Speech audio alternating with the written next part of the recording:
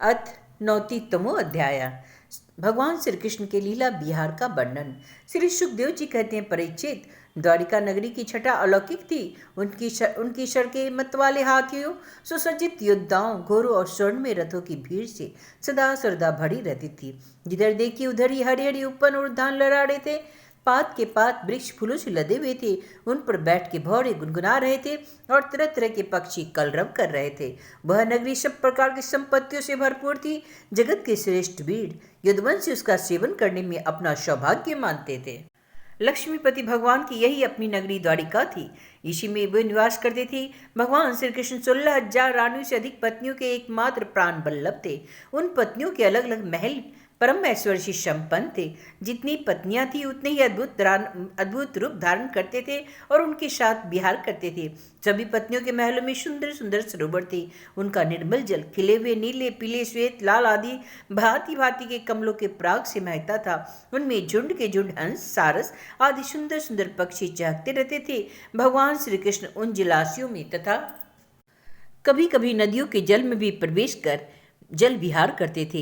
भगवान के साथ विहार करने वाली उनकी पत्नियां उनके यश का गान करती थी और सूत, मागध एवं बंदीजन बड़े आनंद से मृदंग, ढोल, नगारे और बीना आदि बाजे बजाते थे। भगवान की पत्नियां उनके साथ विहार करती थी और उनके स्पर्श मात्र से उनके प्रेम भाव की अभिवृद्धि हो जाती थी, जिससे उनका मुख कमल खिल उठता था। ऐसे अवसरों पर उनकी शोभा और भी बढ़ जाती थी। सरोवरों और नदियों में भगवान श्री कृष्ण अपनी रानियों के साथ इस प्रकार विहार करते थे मानो कोई गजराज हथनियों से घिरकर उनके साथ क्रीड़ा कर रहा है। भगवान श्री कृष्ण और उनकी पत्नियां क्रीड़ा करने के बाद अपने अपने वस्त्राभूषण उतार कर उन नटों और नर्तकियों को दे देते थे, जिससे उनकी जीविका गाना बजाना चलता ही रहे। परीक्षित, भगवान इसी प्रकार उनके साथ विहार करती उनकी चाल ढाल, बातचीत, चितवन, मुस्कान, हाल विलास आदि से रानियों की चित्तवृत्ति उन्हीं की ओर खींची रहती और उन्हें किसी बात का स्मरण ही न होता था। परीक्षित, रानियों के जीवन सर्वस्व उनके एकमात्र हृदयेश्वर भगवान श्री कृष्ण ही थे। वे कमल नयन श्याम सुंदर के चिंतन में इतनी मग्न हो जाती, कई देर तक चुप हो जाती थी, फिर उन्मत्त के समान असंबद्ध बातें कहने लगती। कभी कभी तो भगवान श्री कृष्ण की उपस्थिति में भी पूर्णमाद होने के कारण विरह का अनुभव करती और न जाने क्या क्या कहती। मैं तुम्हें उनकी बात सुनाती हूँ। रानियां कहती हैं, अरे कुर्री, अब तो बड़ी रात हो गई। संसार में सब ओर सन्नाटा छा गया है। देख, इस समय सब स्वयं भगवान अपना अखंड बोध छिपाकर सो रहे हैं और तुझे नींद ही नहीं आती। तो इस तरह रात रात भर जग कर क्यों विलाप कर रही है?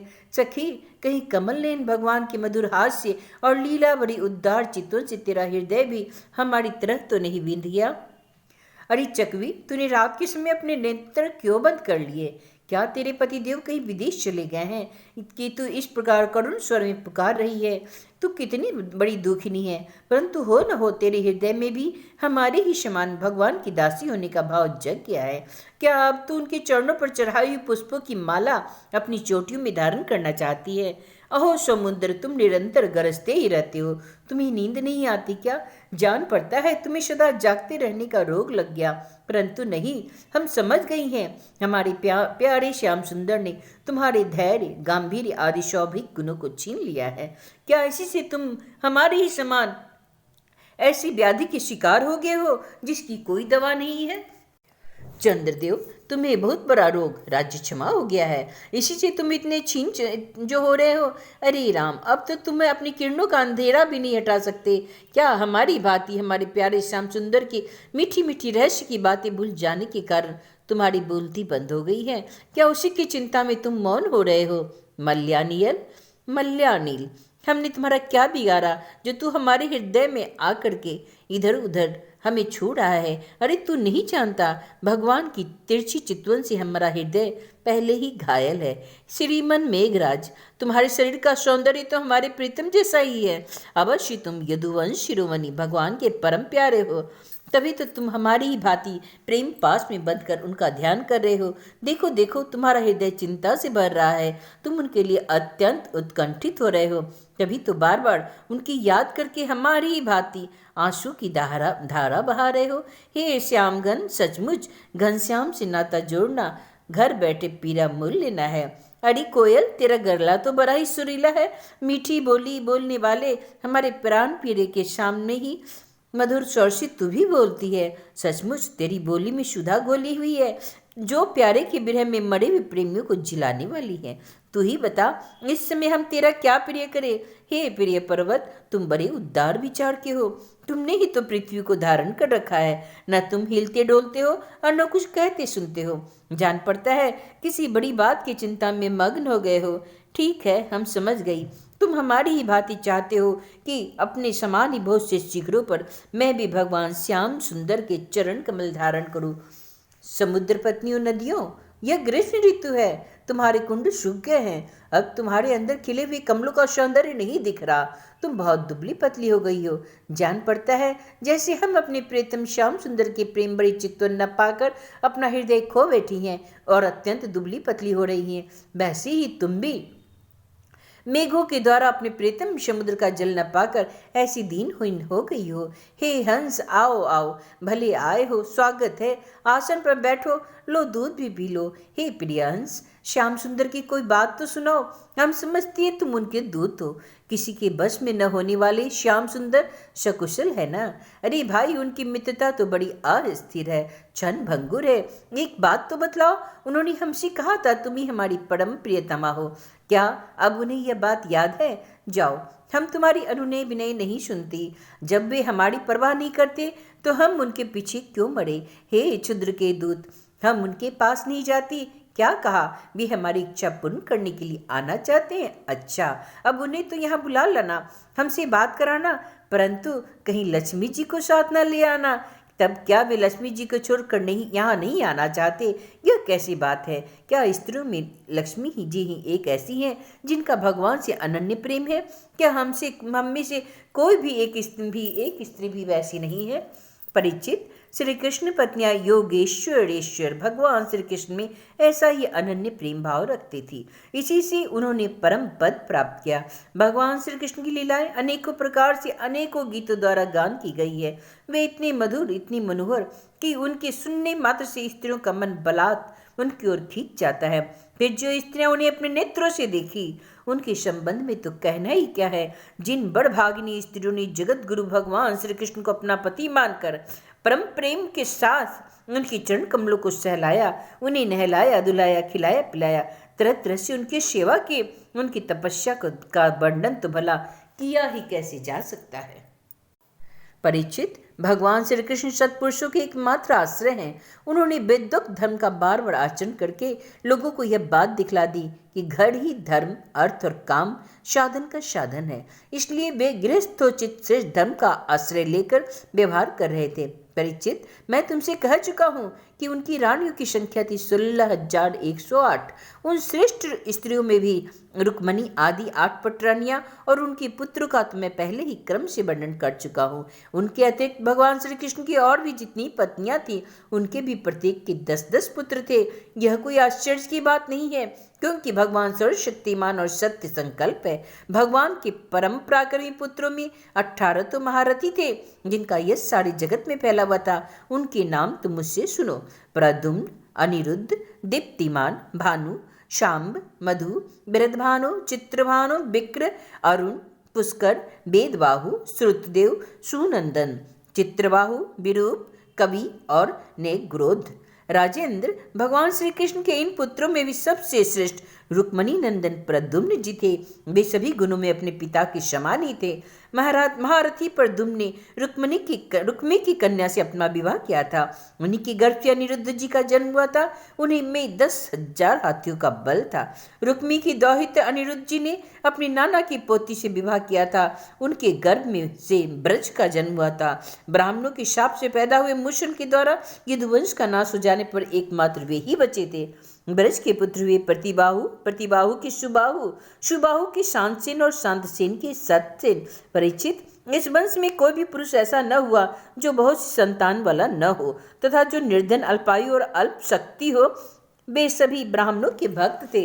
परीक्षित, यदुवंश में ऐसे ऐसे यशस्वी और पराक्रमी पुरुष हुए जिनकी गिनती भी हजारों वर्षों में पूरी नहीं हो सकती।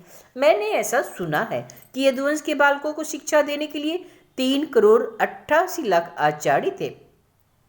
ऐसी स्थिति में महात्मा यदुवंशियों की संख्या तो बता ही कैसी जा सकती है। स्वयं महाराज उग्रसेन के साथ एक नील के लगभग सैनिक रहते थे। परीक्षित, प्राचीन काल में देवासुर संग्राम के समय बहुत से भयंकर असुर मारे गए। वे ही मनुष्यों में उत्पन्न हुए बड़े घमंड से जनता को सताने लगे। उनका दमन करने के लिए भगवान की आज्ञा से देवताओं ने ही यदुवंश में अवतार लिया था। परीक्षित, उनके कुलों की संख्या 101 थी। वे सब भगवान श्री कृष्ण को ही अपना स्वामी एवं आदर्श मानते थे। जो यदुवंशी उनके अनुयायी थे, उनकी सब प्रकार से उन्नति हुई। यदुवंशियों का चित्त इस प्रकार भगवान श्री कृष्ण में लगा रहता था और उन्हें सोने, बैठने, घूमने फिरने, बोलने, खेलने और नहाने धोने आदि कामों में भी अपनी शरीर की शुद्धि ना रहती थी। भी जानते थे कि न तो हमारा इस शरीर कढ़ी क्या रहा है, हम उनकी समस्त शारीरिक क्रिया यंत्र की भांति अपने आप होती रहती है। परीक्षित, भगवान का चरण धोवन गंगा जी अवश्य समस्त तीर्थों में महान एवं पवित्र है, परंतु जब स्वयं परम तीर्थ स्वरूप भगवान ने यदुवंश में अवतार ग्रहण किया, तब तो गंगा जल की महिमा अपने आप ही उनके शेष तीर्थ की अपेक्षा कम हो गई। भगवान के स्वरूप की यह कितनी बड़ी महिमा है कि उनके प्रेम करने वाले भक्त और द्वेष करने वाले शत्रु दोनों ही उनके स्वरूप को प्राप्त हुए। जिस लक्ष्मी को प्राप्त करने के लिए बड़े बड़े देवता यत्न करते हैं, वे ही भगवान की सेवा में नित्य निरंतर लगी रहती है।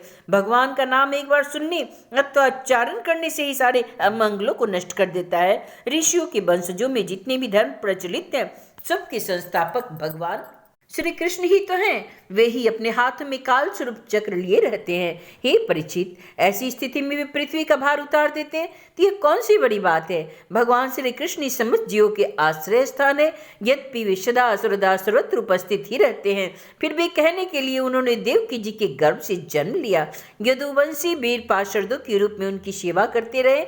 उन्होंने अपने भुजबल से अधर्म का अंत कर दिया।